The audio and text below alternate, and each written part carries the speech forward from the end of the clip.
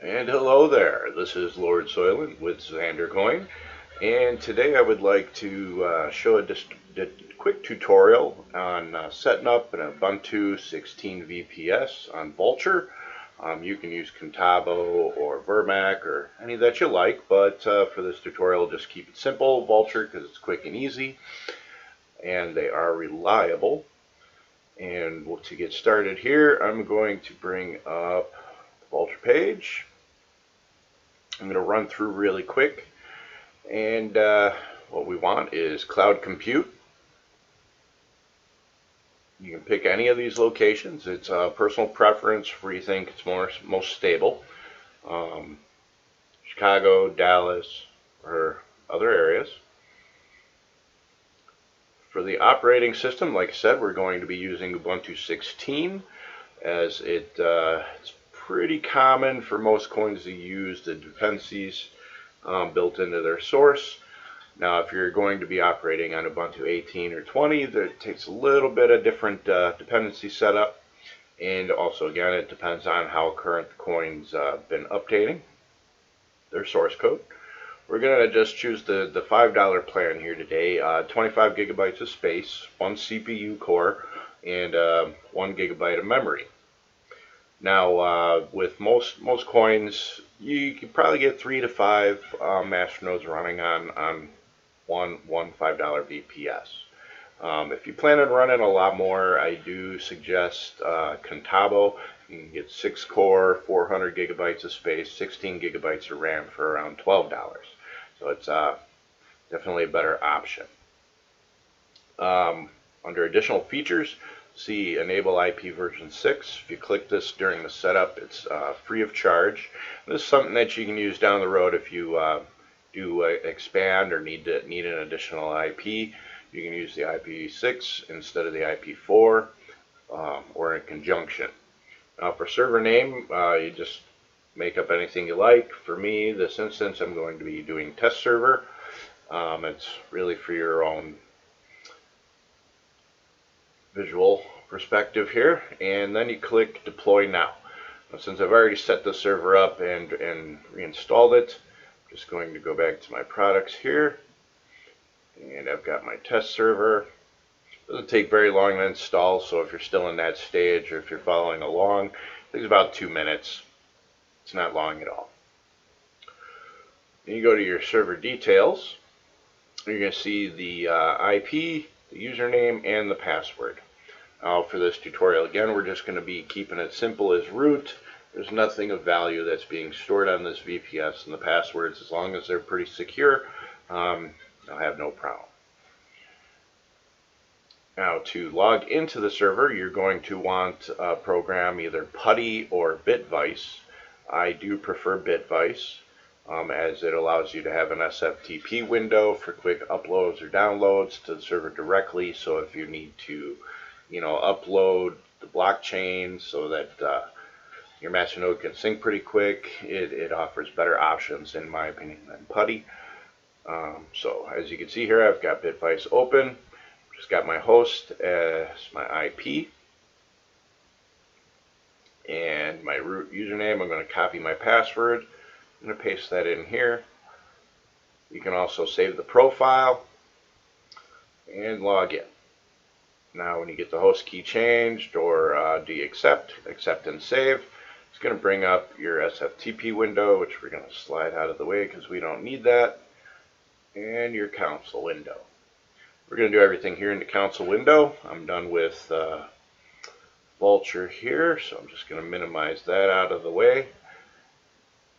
And then we're going to bring up a page that I've set up for quick copy paste for setting up your Ubuntu 16 VPS. Now, at the top of the page here, I've listed a bunch of the pretty basic Linux commands that people need. You probably won't need any of that stuff at the moment, but in the future, if you're unfamiliar with Linux, it's a nice quick reference. I'll start things off, since this is a new installation of Ubuntu 16. I'm going to be running through some updates.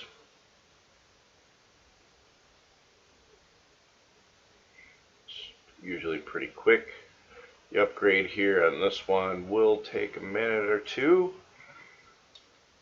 Now the little Y on the end there, it'll automatically agree if it's asking if you want to use the additional space, which of course we do.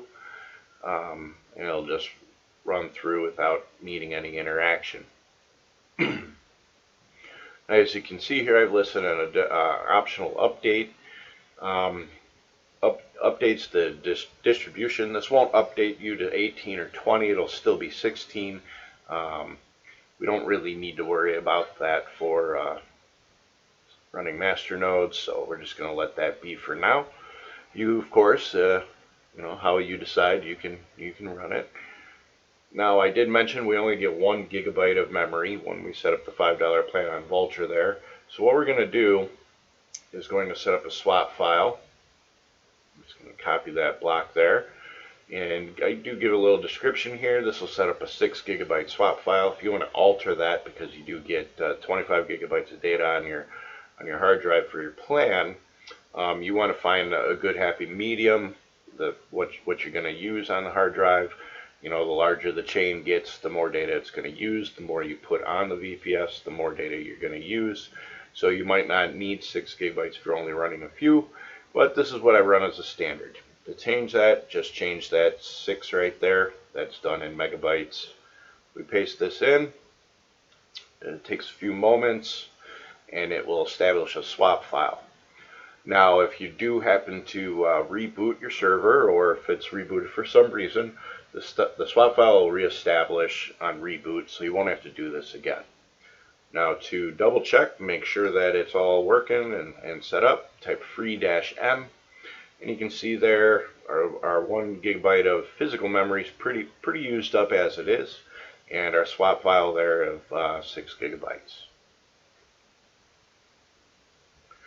Next, we have our dependencies. What these will do is allow you to operate a cryptocurrency wallet or masternode, as well as compiling yourself.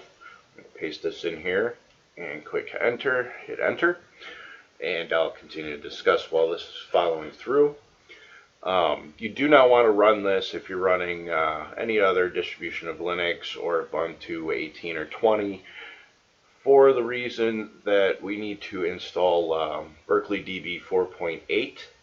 And that's going to try to add a repository that 18 and 20 will, they don't like that. So if you do run this on accident, you'll have to remove those from your resource list manually in order to continue. Now, if you're running 18 or 20, most of the dependencies in here are the same. You just don't want to try to install the libboost or the repository there or the PPA on the bottom. Run everything else, and if you go further down on this page, you can compile and install BerkeleyDB on your own. Now, there are newer versions of VPS 4.8, of course. To keep compatibility, most coins are still using 4.8. Some are using newer, and that's where complications come in. That's why I'm really specifying that this tutorial is for Ubuntu 16. It's a lot of things to work out when you're working with the other operating systems, depending on the source code of the coin, and then you go from there. So as soon as this is done, we're pretty much complete.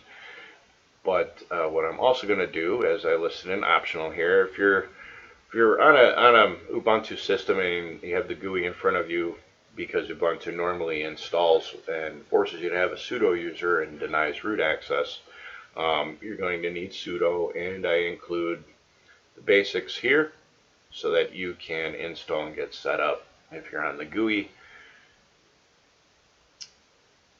And like I was saying, as additional options here, because I do like to do my own compiling for wallets, which I'll do in another tutorial, scroll down to the last two options here. What these will do, we're going to add these.